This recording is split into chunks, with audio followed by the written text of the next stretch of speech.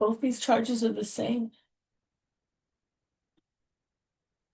Which Theft of property 25-2. different cause numbers. No, He yeah, did no, it. I know they're different cause numbers, but I'm saying. One judge said it higher than the other.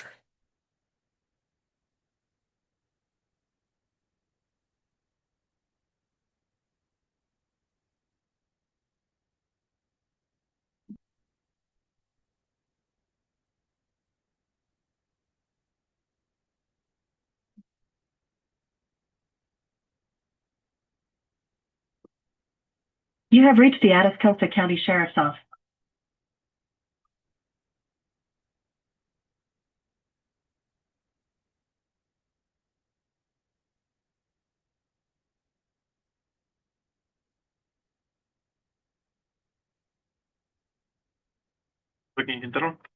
Quintero, this is Judge Herrera. Hey, Yes, sir. I got all the information on that other guy with that Paul Diaz. Yes, sir. So I'm ready to magistrate him whenever y'all are. If whenever I finish magistrating and I send y'all the protective order and the bond condition, can you just get him to sign that bond condition and that protective order sheet, the last sheet, and just send me those two sheets so I can enter it in CJS? Okay. All right, I'm ready whenever y'all are. Okay. You sent the link? Yes. Okay, sir. Thank you.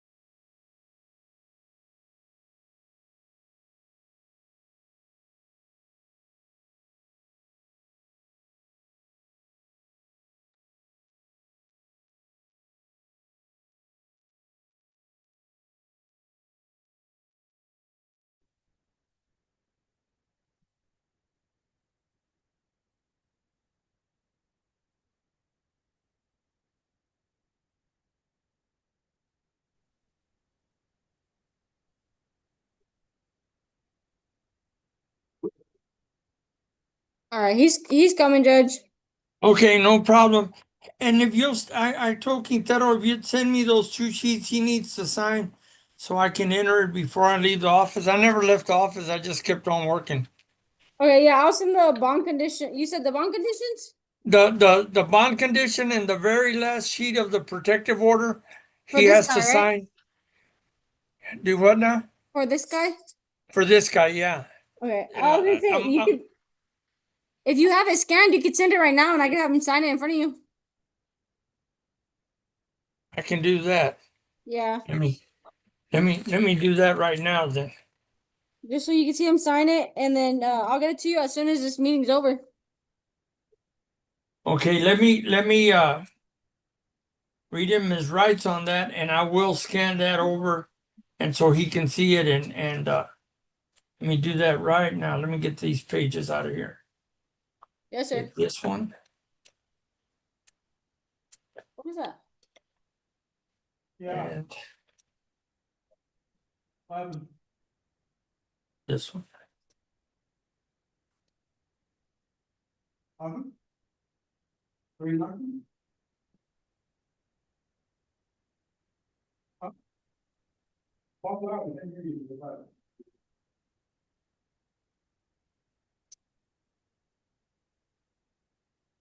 Yeah. You guys have something on the phone, your numbers or what? He has numbers. Yeah, we'll just have the judge talking to somebody and just give me a little bit, okay? He has numbers and a phone. Hold on. Okay, you should have it there now. Yes, sir. I'm printing it out as we speak. Okay.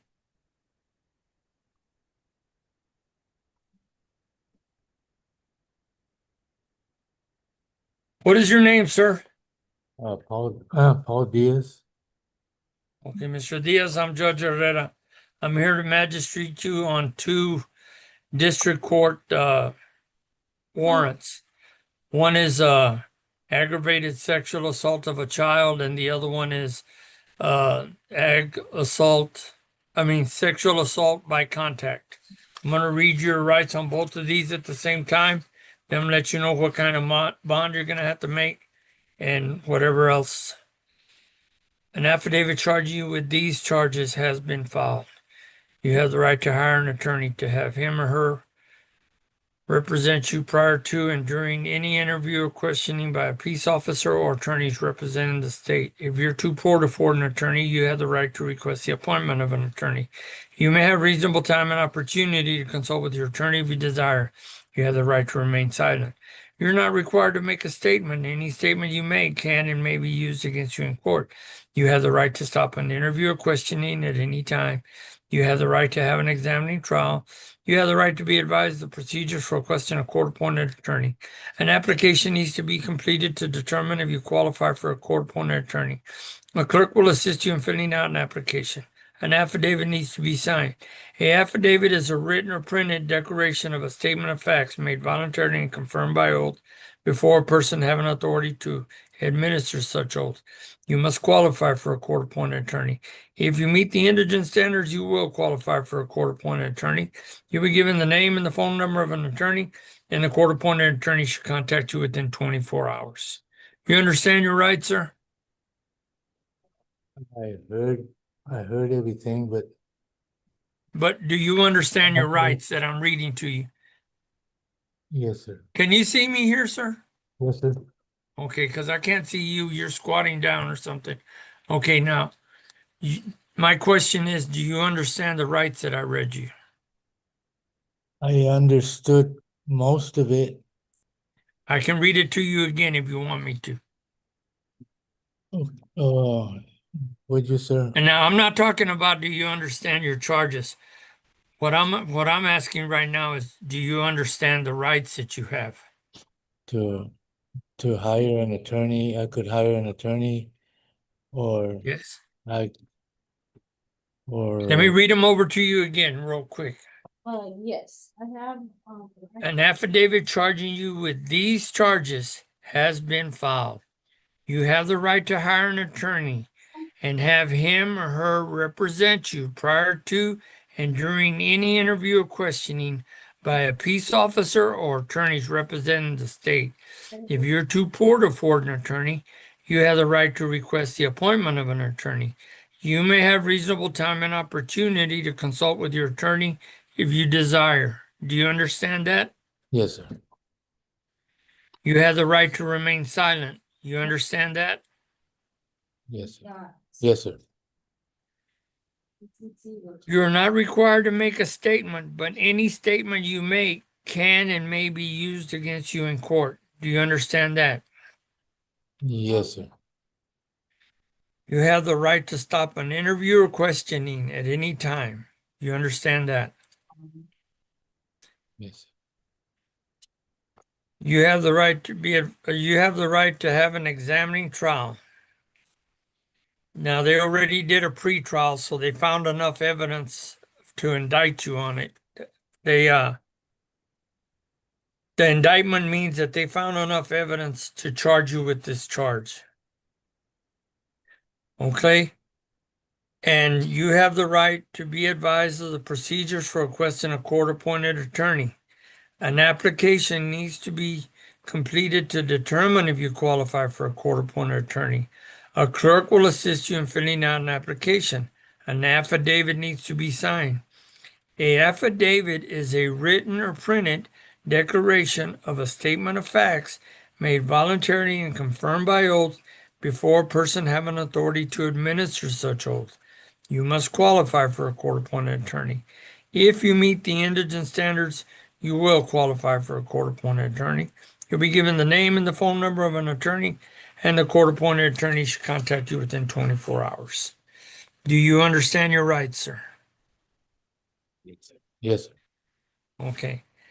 Your bond on the aggravated sexual assault of a child is $100,000. The sexual assault by contact is $75,000.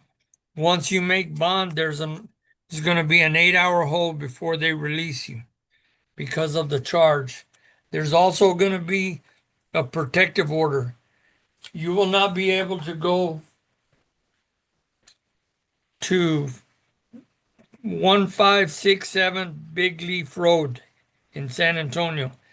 You must not be around Jasmine Martinez or Romanita Urdeles. If they're at the store and you get to the store, you have to leave. That's all there is to it. Anywhere that they're at, you cannot be at. You can't be within 1,000 feet of them or they'll arrest you. There's also going to be a bond condition, and it pertains to them revoking your bond if you come into contact with them anytime before this case is resolved that y'all go to court. Could I say something? Okay. My address is next door. Well, it's more than 1,000 feet away. According to Romanita, she says that you're several houses down.